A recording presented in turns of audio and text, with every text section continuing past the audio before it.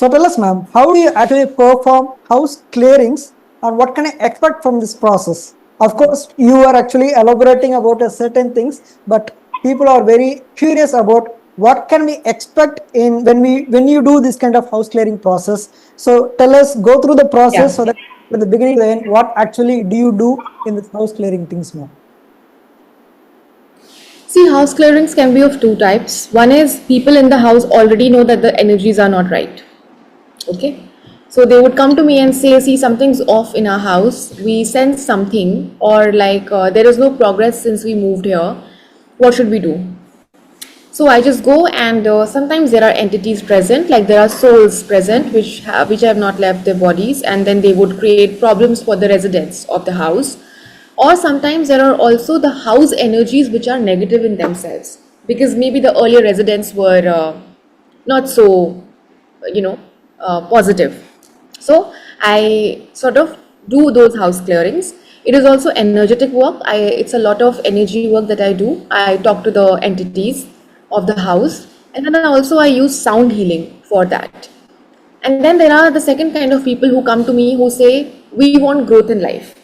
So there is nothing wrong with the place that they are living right now, but they just say that how can our house be more happier, more a place of happiness, with more welcoming people, more joyous moments. So more energy of Lakshmi Ma, more energy of growth and money, wealth. So in that way also I do the house clearings wherein we invoke the energies of wealth and abundance to come in. Now, this primarily I do on the full moons and new moons, because that's when the lunar energies are the highest to tap into. So this is very brief, but the work that I do is very energetic. Like I talk to the entities of the house or the other entities present, and then I uplift the energies that are there in the house. And it also depends on what the people want. So some people ask for more money energy to come in, so that way we work with more wealth energy. Some people want more love to come in, we work on the energy of love with different archangels also. And so it completely depends on what people want, but I gave you a gist of how it works. Okay, that's a great thing. And also, people tell us that please, wherever you are just sitting, consider if you're sitting in an office table or in your bedroom, in your workplace, or in any of your convenient personal space, clear your tables. Do not mess up with your room with your clothes. Please kindly 100%. eliminate all the unwanted materials. Make it look super clean. At least it should be space free. So at that point of time, these are the physical things which should be eliminated so that the place will be looking good and we'll be having a clear visibility of what we actually do have in our personal room. So on the other hand, when we are dealing with this kind of entity, kind of house clearance, so what are the benefits can we expect when we actually keep our space energetically clear? Basically, go through the benefits and how do you actually make sure that this just with the 100% full potential. So go through the full process. So it depends. See, it also depends on how big the house is. If the house is a bungalow, then it takes multiple sessions, because I go to each and every room and I clear the energies of each and every room. And it also depends on what people want. So if people want to work on their wealth to grow, then they would take multiple sessions from me. And I do the wealth work specifically on Fridays, which is dedicated to Ma Lakshmi. Okay, so then every Friday I would work on the house, connect with the energy of the house, invoke the Ma Lakshmi energy, and help them to grow their wealth. If they want some entity to be cleared, now entity clearings, like if they feel that there's some soul or spirit let's not keep making them feel comfortable, then it depends on the entity. Some entities are very easy to work with, they just leave when we communicate with them. We just need to communicate with them like normal humans. And there are some entities that take time to understand that they are even no more. Some entities are attached to the house, so they would want to stick to the house, they would not want to leave their homes. They would know that they are not in physical body, but they would not want to leave their houses. So we just need to see every situation is different. And so, based on what the situation is, I apprise the client that this is the situation, these are the sessions it may take, or more, or it can even happen in just one session. You know, what they can expect is definitely a lighter way to live life, because when energies like the houses and the cars and other outwardly stresses take a lot of energy, then we are not able to be happy within ourselves. So you imagine when everything around you is fine, you're getting love, you're getting money, you're getting appreciation, you would be your happiest self, right? This helps people to be their happiest selves. So I would suggest that people who even know that their houses are good, please contribute to the houses more, decorate their houses more, tell their houses, talk to the houses that, how can I make you more beautiful? Because our homes love when we decorate them and when we bring in that energy of liveliness with more flowers around the houses, So it's with more basically trees around the house. not has to do anything with the living or the non-living kind of things. Even a living thing like human beings like us, even our pets, if it's like if we decorate ourselves, make sure that we appear in a very good look, any beautiful look, Uh-huh. it will actually Uh-huh. make us our energy elevate. And also at the same time, Yeah. consider housewarming ceremony. Like if you buy a new flat, you'll be decorating everywhere with some kind of flowers, garlands, with many kind of things. Whatever we consider, if you're going to buy a Christmas tree, it may be even a plastic tree. And if we celebrate Christmas with a plastic tree, we are making sure that what are the little things we can actually get to decorate that Christmas tree will look it more beautiful. So yeah, that's actually a great thing. When we kind of decorate ourselves, we actually are able to kind of match with the good things, positivity. Yes, that's actually a good information from you, man. You got it right. Yes. So yeah, also tell us, ma'am. So we have actually spoken about this house clearing, kind of entity clearing. It looked a little bit spooky, like a little bit kind of scary that souls who exist in the houses, but also at the same time, people, professionals like you actually helping people to kind of clear the entities in the house, not going to each and every specific room, analyzing what's actually there present. As you told in the middle of the conversation, you were telling that each and every house are made of cement, stones, and of course, each and every stones are made of atoms, electrons, neutrons, protons, combining with everything. And Yeah. that's actually a great information.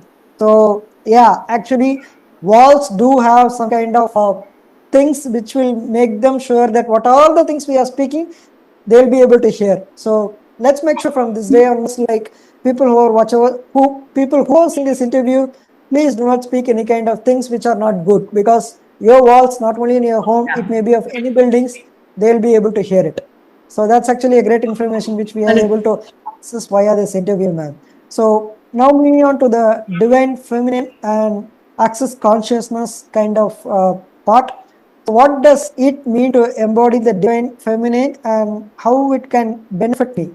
So tell us, ma'am, what actually do you mean by divine feminine? Tell us the meaning, and then you can just tell us what does it mean to embody the divine feminine, so that people will be able to understand. So tell us about it, ma'am. See, divine feminine is the pure form of Shakti that flows through each of us.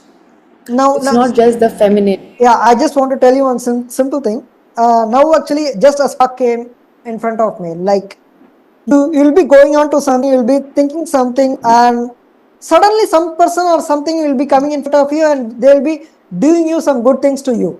You will not be expect that person. Of course, there's random people going in the street, going in the life. But the thing is that the divine Shakti, the energy, the God, they send them in the form of angels, in the form of humans, as pets. It may be your dogs. It may be even a random person. You might not even know who's there, because I have seen some people, some persons in my uh, friends. like relatives, they must be saying that, okay, this person came in my life and they helped me. They haven't have had any kind of experience with them. Like before 10, it may like consider people like 20s or the early 30s. If a random person is coming in, if they're helping them, then it's okay. But consider a person is coming and helping in their 60s, 70s, then it's like a divine thing. It has to happen. The divine thing is sending us with some kind of energies. I don't know why I'm Yes. speaking, but even when I asked you the question, I was just asking the question, even do not knowing what is the question actually, because I just literally asked you what do you mean by divine kind of feminist. But right now, I thought I Yeah. have to share this experience, telling you that yeah, divine things do interfere in our life whenever we do need it. Yeah, now you can just continue with your answers. Ma'am. Sorry for again interrupting. No, you are so right. And I actually would like to add on to what you said. We only see the divine in our lives when we need it. Humans are very selfish. So we would only ask for the help when we are in need. We will only look for the divine when we are in need. But actually, divine is with us all the time.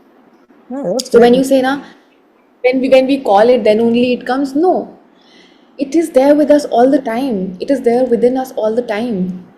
If you and I are talking, it is a divine thing. Yeah, Because that was I was trying to tell, because right now we have actually scheduled the interview even before, like before 1 month, something like that. But yes, because of some kind of interferences, we are not able to talk. Also at the same time, yes, right now we are talking, and we haven't known each other for several years. But it's something like the divine energy actually makes me connect with different professionals, and it's yeah, something like which I actually like think that okay, there is some positive energy that is existing. Most people do have belief in God. I am a believer in God.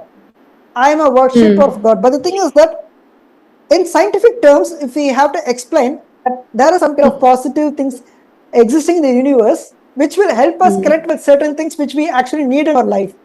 So now the conversation with us, people tell us, okay, there are Wi-Fi with different areas, even with different countries in the world, they can speak. But the thing is that beyond all that, there is this divine specific thing which makes people help each other. That's what I would like to tell via this. yes, yes, 100%. And that is the Shakti. We all have it. We all have the Shiva and Shakti within us. The Shiva is the watcher, and he lets the Shakti flow. Now, you can, in a day, I can feel angry, I can feel sad, I can feel the most happiest, I can feel at peace, at calm. So, we go through so many emotions. This is whole the flow of Shakti happening through us. And the Shiva is the watcher. So, many a times we don't know how to welcome each and every emotion that we are going through. Say if you are going through an anger, we are conditioned in our society to not show anger, to suppress it. Anger is wrong. Yes, it is wrong to blurt it out to people, but to acknowledge that I am angry is not wrong, because it is the flow of Shakti within us. Okay, like for example, if you see a dog, okay, and and the dog has puppies. If the puppies are being attacked, will the dog go and not protect the puppies? It will, right? It will show anger. So is the dog wrong in showing anger to protect the puppies? No, I don't think so. So it's very subjective. Good or bad is very subjective, and what I propagate from my work is that each and every emotion is beautiful and you need to acknowledge it. So if you feel angry, say for example, someone said something to you and you felt angry, anger is always a secondary emotion. Anger, you felt angry because internally you were hurt, you were sad, you were upset, and that upsetness came out in the form of anger.